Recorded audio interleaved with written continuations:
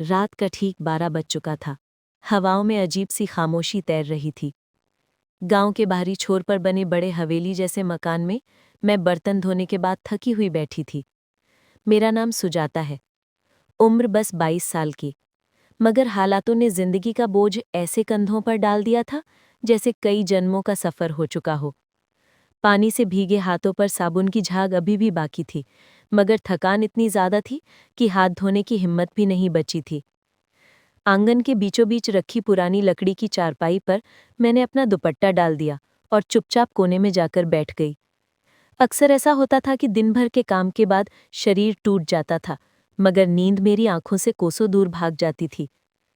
आंगन में हल्की चांदनी फैली हुई थी। मकान की दीवारें इतनी ऊंची और मोटी थीं कि बाहर का कोई भी शोर अंदर तक नहीं आता था। पूरा घर नींद में डूबा हुआ था। मालिक साहब, मालकिन, उनके दोनों बच्चे और ऊपर की मंजिल पर रहने वाली बूढ़ी दादी। मगर मेरी आंखें अभी भी खुली हुई थी। उसी खामोशी में अचानक मेरे कानों में हल्की सी खड़खड़ाहट गूंजी।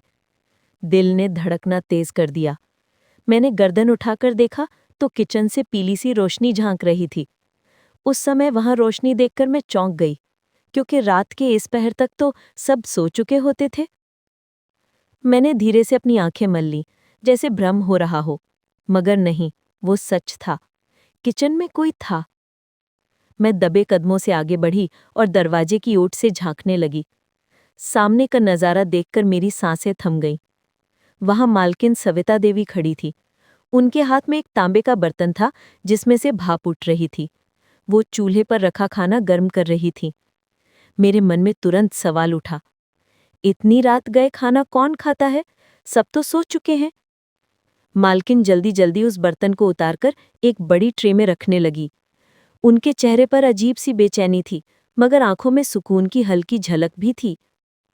कुछ पल बाद उन्होंने ट्रे उठाई और सीधा आंगन पार करके हवेली के पिछले हिस्से की तरफ बढ़ने लगी।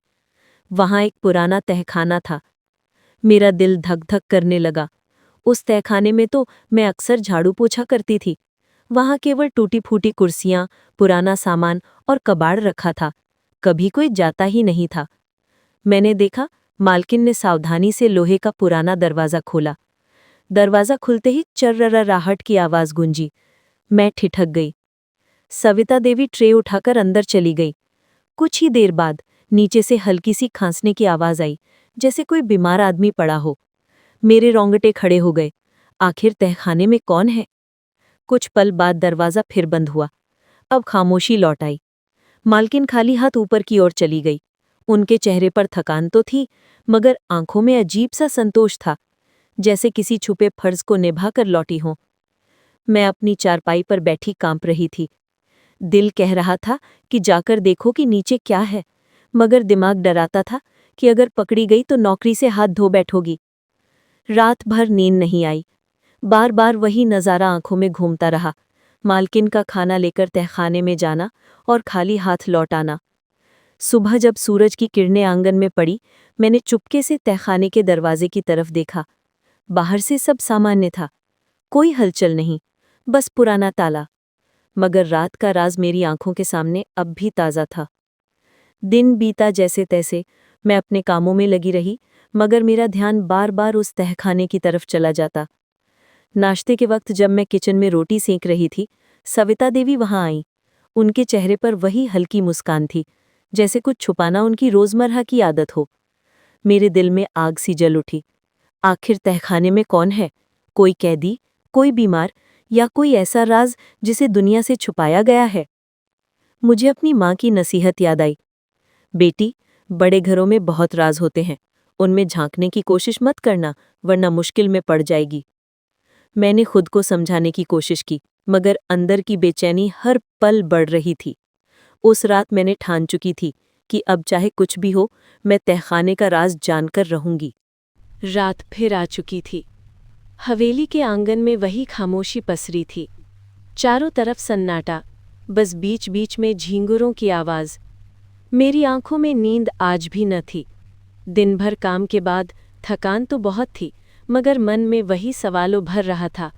आखिर तहखाने में कौन है? मैंने ठान लिया था कि इस बार मैं डर को जीतकर तहखाने के पास तक जाऊंगी। घड़ी ने जैसे ही 12 का घंटा बजाया, मेरी धड़कन तेज हो गई। ठीक उसी समय किचन की तरफ से हल्की रोशनी फिर झलकी। मेरी सांसें थम गईं। वहां सविता देवी थीं। आज भी वे चुपचाप बर्तन में कुछ गरमा रही थीं। मैं चुपचाप चारपाई से उठी और आंगन के अंधेरे कोनों में छुपते छुपाते पास पहुंची। इस बार मैं थोड़ी और हिम्मत कर गई। जब वे ट्रे उठाकर तहखाने की ओर चली तो मैं उनके पीछे पीछे दबे कदमों से बढ़ी। लोहे का पुराना दरवाज़ा खुला। वही चर्राहट, मेरी नसें तन वही। सविता देवी ट्रे लेकर अंदर गईं। अंदर जाते ही नीचे से हल्की आवाज़ें सुनाई दी, जैसे कोई बड़बड़ा रहा हो। आवाज़ एक मर्द की थी। मैंने पूरी ताकत जुटाकर दरवाजे की दरार से झांकने की कोशिश की। अंदर अंधेरा था, बस एक लालटेन जल रही थी। उसकी पीली रोशनी में मैंने एक परछाई देखी। वो कोई आदमी था, कमज़ोर, दुबला पतला, बिस्तर पर पड़ा हुआ। चेहरे पर दाढ़ी फैली थी और आंखें गहरी। मेरा दिल दहल गया। ये कौन है? हवेली में छुपाकर क्यों रखा गया है? मैं और आगे बढ़ना चाहती थी, मगर अचानक दरवाजे की चर्राहट और तेज हो गई। मैं घबराकर पीछे हट गई। डर था कि कहीं मालकिन मुझे देख ना ले। कुछ देर बाद वो फिर बाहर निकली। ट्रे अब खाली थी। उनके चेहरे पर वही अजीब सा सुकून था, जैसे किसी भारी बोझ को हल्का कर दिया हो। वे ऊपर अपने कमरे की ओर चली गई। मैं वहीं अंधेरे में खड़ी कांप रही थी। मन में सवालों का तूफान था। क्या वो आदमी कैदी है या फिर परिवार का कोई छुपा हुआ सदस्य? अगर बीमार है तो बाहर क्यों नहीं दिखाते, और अगर कैदी है तो हवेली में क्यों छुपाया गया है? अगली सुबह मैं काम में लगी थी, मगर मेरा ध्यान बार बार तहखाने की तरफ जा रहा था। तभी नौकरानी कमला मेरे पास आई। वो मुझसे उम्र में बड़ी थी और कई सालों से इस हवेली में काम कर रही थी। उसने मेरी आंखों के नीचे काले घेरे देखकर कहा, क्या बात है सुजाता, रात को ठीक से सोई नहीं क्या?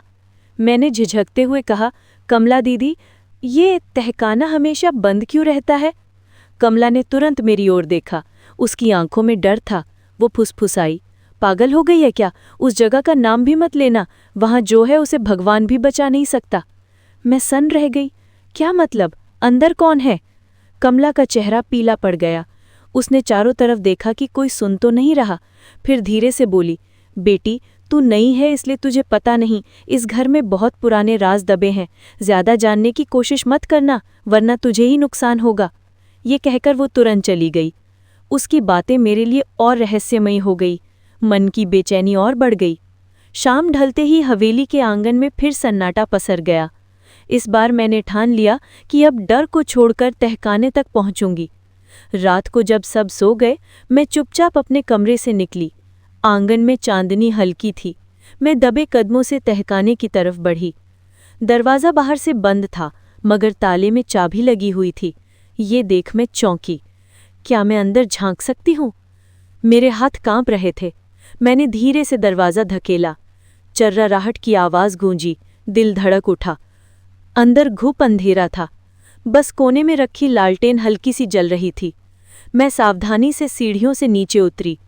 नीचे पहुंचकर मैंने देखा, एक कमरा था। पुरानी दीवारों पर नमी जमी हुई थी और बीच में एक चारपाई। उस पर वही आदमी लेटा था। उसकी आंखें अचानक खुल गई। हमारी नजरें मिली। मैं कांप गई। उसकी आवाज़ भारी और धीमी थी। कौन कौन हो तुम? मैं घबराकर पीछे हट गई, मगर क्यूरियोसिटी ने मुझे रोक लिया। मैंने धीरे से कहा, मैं यहाँ काम करने वाली हूँ, सुजाता। आदमी की आंखों में आंसू चमक उठे। उसने कहा, भगवान ने तुझे भेजा है, मुझे बचा ले बेटी, मुझे यहाँ कैद करके रखा गया है। मेरे पैरों तले जमीन खिसक गई। कैद? मगर क्यों? उसने फुसफुसाते हुए कहा, मैं इस घर का असली मालिक हूँ। मेरी सांस अटक गई, शरीर सुन्न हो गया। मैं कुछ कह पाती, उससे पहले ऊपर से कदमों की आहट आई। दरवाज़ा फिर से खुला। ये सविता देवी थी। उनके हाथ में लालटेन और डंडा था। उन्होंने मुझे देख लिया। उनकी आंखों में गुस्से और डर का अजीब मिश्रण था। वे चिल्लाईं, सुजाता, तूने ये क्या किया? यहाँ क्यों आई? मैं जड़ हो गई, कुछ बोल न पाई। सविता देवी तेजी से आगे बढ़ीं और मेरा हाथ पकड़ लिया। उनकी पकड़ इतनी मजबूत थी कि मेरी कलाई दर्द से करहा उठी। तुझे नहीं पता, तूने अपनी जिंदगी खतरे में डाल दी है। उनकी आंखें लाल हो रही थीं। पीछे से वो आदमी बिस्तर पर उठ के चिल्लाया, इस औरत की बात मत सुनना, ये मुझे सालों से कैद करके रखी है, मैं निर्दोष हूं। सविता देवी और भी भड़क उठी। उन्होंने दरवाजा धड़ाम से बंद कर दिया। अब तहखाने में बस 3 लोग थे, मैं, वो रहस्यमयी आदमी और सविता देवी।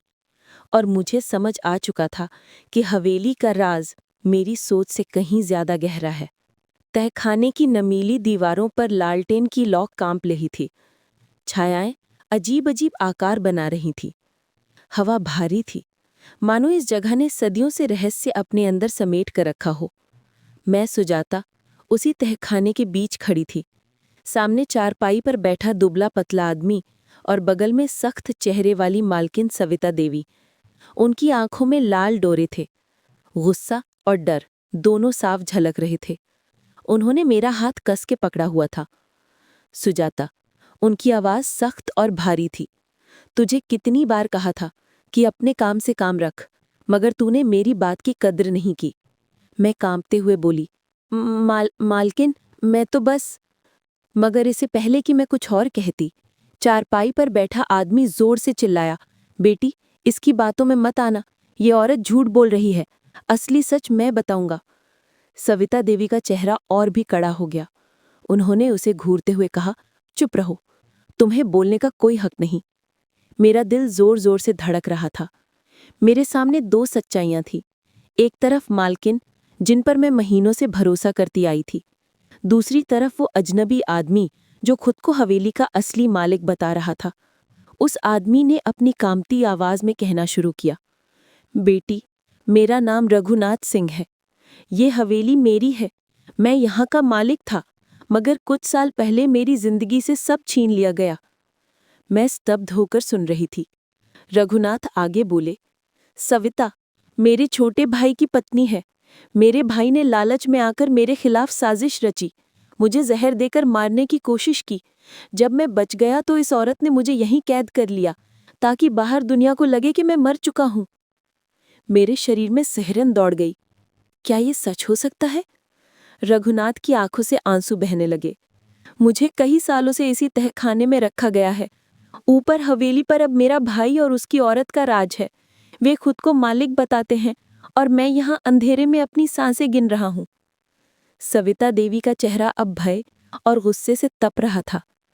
बेटी, इस पागल की बातों में मत आना, ये सब झूठ है।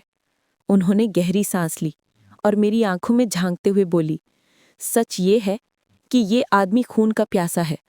जब मालिक साहब जिंदा थे तब ये हवेली को बेचकर सब बर्बाद करना चाहता था। शराब और जूए का आदी था, औरतों पर भी गलत नजर रखता था।